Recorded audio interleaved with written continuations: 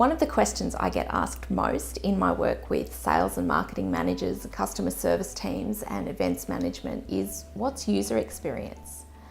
And it's almost like the cool kids in marketing and design land have invented this new thing that we all know that we should care about, but we don't want to ask too much about because we're worried that we might look a bit stupid. And the answer is pretty simple, really. As people who use products or services, we decide what we think about them based on a number of different factors or experiences.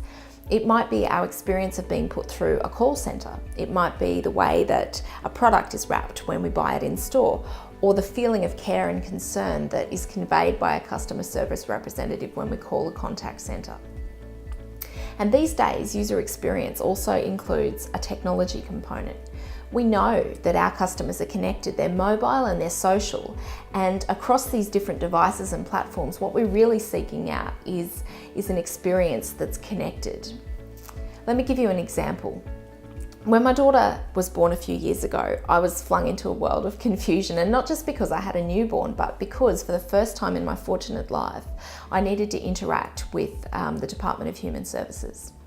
And the midwife responsible for my discharge said, look, it's easy. You just need to submit this proof of birth declaration to the department. And she said, there's an app for it, you can download it, don't worry, it's really easy. And since I had already worked out how to upload thousands of photos of my daughter to Facebook, I figured it couldn't be that hard to take a photo and upload this one document to the department, but I was wrong about that. I went home clutching my daughter and the bits of paperwork, and I downloaded the app. And then when I went to log in, I realized that I needed an online account to be able to do that. Well, that was a bit annoying, but it was still doable, right? So the next time my daughter went to sleep, I jumped onto the website and I registered for an online account, but I couldn't register. I tried a couple of times and then my daughter woke up. So the next time I put her down to sleep, I called the contact centre. There was a longer than expected delay, and after about 30 minutes of green sleeves, I lost the plot and hung up. And this kind of phone tag went on for about a week. Finally, one Friday night, I called just before the contact centre closed, and there was only a 15-minute wait, and finally I got connected to an operator. Now, it turns out I couldn't do the online registration thing because first I needed to confirm my identity with Centrelink, and I couldn't do that online. That I had to go into a customer service centre. But before I did that, I needed 3 identity documents. Oh, and I needed to have them certified by a JP. So I not only needed to find a photocopier that was big enough to fit my weirdly sized birth certificate, I also needed to find a JP.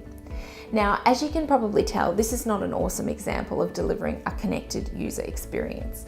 It started out with such promise, just download an app and everything will be simple. But to be honest, the whole thing was disjointed and really, really, really frustrating. And as a sleep-deprived new mum who was prone to bursting into tears and spraying everyone within a 5-metre radius with breast milk, I had pretty high expectations of what a connected experience would look like. And this absolutely did not deliver on any of those counts. So that kind of leaves the question, what does it actually take to deliver a high-quality connected user experience? And you know what? I don't think it's that hard. It's not that hard when we take away the complexity of technology and we focus on 2 simple things. The first is understanding who your users are and what their needs are. So in the instance that I've just given, you need to understand what new parents' needs are, what is going to be their expectation of user experience. And there are various processes that you can use to support this development of a persona, understanding different groups of individuals and what their characteristics and needs are. And the second thing that you need to do is to walk in their shoes. You need to understand really deeply how it is that each of these groups of users understands your product or experiences your products and services, and the different friction points or points of pain that exist as they progress through their user experience. And these two steps are at the heart of building a deeply engaging, connected experience for your customers.